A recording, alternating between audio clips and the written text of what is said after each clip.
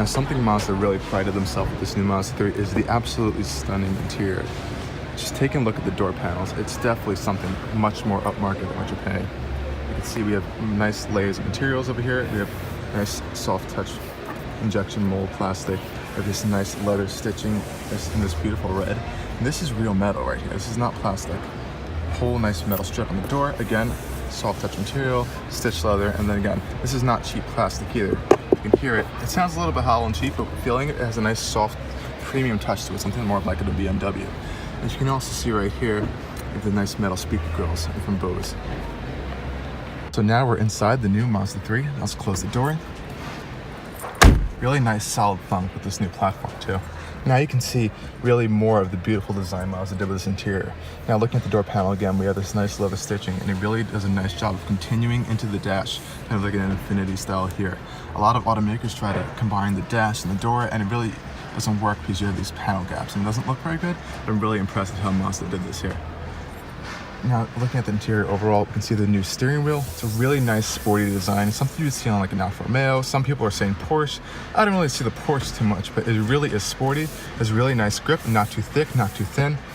And then we have all these new buttons here. Now, Mazda spent a whole load of time with these buttons, going everything from the tactile feel to the membranes inside. It's really, really nice. Just activated the voice control there. Now, feeling these buttons in person and moving them up and down and feeling them, it really is incredible because it feels something in another class. Looking up here, we have Mazda's new head unit. It's a lot better than what it used to before. They weren't necessarily bad, but it really is nice that they included a new digital display in the center. Now the display, you are able to cycle through a few menus over here, but it's not that very customizable. You're gonna have your main miles per hour or kilometers per hour, depending what market you're in, and that's pretty much it. It's not that customizable. Mazda really has their set ideas of what they want on. You have your driver information here, and then you have your infotainment here, and that's pretty much it. They want to keep you focused on the road, focused on driving, and it's really nice attention to detail in this new market. Now, also with this new Mazda 3, you are getting a completely new infotainment system, and the whole thing is controlled down here with this rotary dial, similar to like a BMW iDrive or like the new Alfa Romeo system that they have come out with. Now, it's very simple. You have 4 buttons right here. You have your home button, a back button, a music button, and a navigation button. And again, the dials and everything feels really, really premium, really nice. Now let's take a look up here. It's very simple. You have your information, entertainment, communication, navigation, and settings, and that's pretty much it. Now it does have Apple Carplay, which is a great addition too. I really don't have any complaints with it. I personally really like it. It's very simple. It's not that difficult to use.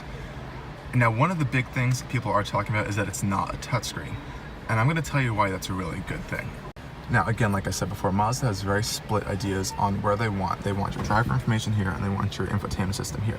Now, Mazda purposely put this screen all the way back in the dash, and it's not a touchscreen because they don't want you to touch it. They want you to focus on your driving. Now, you do control everything right here. It's really simple, and when you do want to control it, you don't have to look down like in some Audi or other premium products. You look up. It's in your line of sight, and it keeps you safe on the road too. So it's really nice, and you can just keep your hand down here, and you can control while also keep on the road. It's really simple to use and not very confusing. With the system, I don't really see it as a big complaint, as the screen's a little bit too small. Personally, once you sit in this interior and feel it, everything else has this really tight, small, and premium feeling, and it does fit in very well. Now, of course, the screen does end right here, if you guys can see them, and there are some huge bezels that go around the whole thing. I mean, they could have filled them out. The bezels are a bit annoying once you get to look at them, but one of the things we can give a plus to Mazda is that it just sticks something right in the dash. It's very well integrated, and it's really a nice feature of this car. Now taking a look at the rest of the interior, Mazda also did a really, really nice job. As you can see with the dash over here, there's this really nice stitched leather across the entire dash. It feels really nice. It's not fake. This is real stitching here too, so they really paid a nice attention to detail here.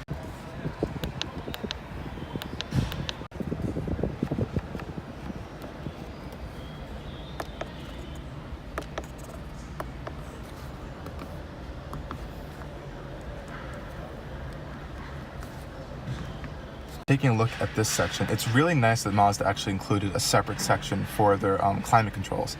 A lot of automakers are integrating with the screens, and sometimes you don't have a separate screen where you can see all your different information, and you don't always want to have to keep changing directions and looking at different areas to look at your vital information.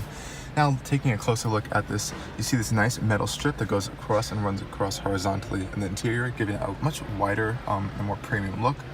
And then even just the buttons and the actual tactile feel of them, it's really nice, very premium. They're not wobbly, they're not wiggly, they don't feel cheap. All the plastics are very premium too. It's also very simple. You have your climate control, you can adjust your temperature here. You do have heated seats, no cooling seats here. Again, heated seats is still a nice option though. Now take a look right below, we have our cup holders.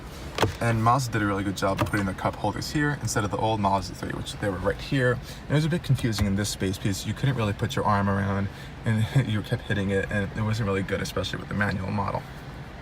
Now taking a look at this center section, we have Mazda's shifter, a nice traditional automatic shifter. It's not that bad. It's really nice, wrapped in leather, metal. And again, this centerpiece, it's very, very solid. It doesn't shake. Plastics are not cheap. If you guys can hear this right here, not cheap at all. It's really solid. Everything has a nice solid premium build to it. Taking a look at the center console here, it does slide and come back. Someone left their glass here. It is felt lined on the bottom, a decent size, not too deep. You do have your USB port right here and a traditional cigarette lighter right here. I think we have, this looks like we're a I'm sorry, an SD card can go here if you want to store some information or possibly for maps. Again, this center console too, very nicely padded, really, really thick. If you guys have ever seen or sit in a new Legacy from Subaru, it's really, really thick and it's like this nice padding to it, and this feels really similar to that. Now for one of the biggest things of this hatchback is this horrible blind spot back here. Just picture yourself driving, you want to turn around. Look at that. It's like a wall right here, and even the rear view is not that good because this small window is not helping.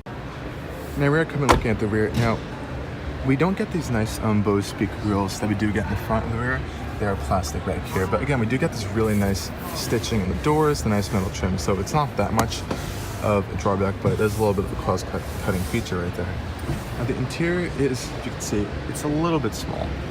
You're right, it's a hatchback. It is a smaller car for the segment. It's not that bad of legroom, but it could be a little bit better. Now, since this is a hatchback, you also may be wondering, how do you open the hatch? The key is the button down here. Now, there is no button down here, and you do get your backup camera, but so where's the button? Mazda really did a nice job in integrating it within their logo, so there's a nice little touch button right here. Press, and the hatch will open. And of course, you're going to get the hatch, you're going to get a bit more practicality than the sedan, which is right over here. We'll look at that in a few minutes. And the space isn't too bad. You're definitely going to get a bit more space on Subaru Impreza, just from the looks of it. I don't have the exact specs off the top of my head. I might include them right in the video in the comments below.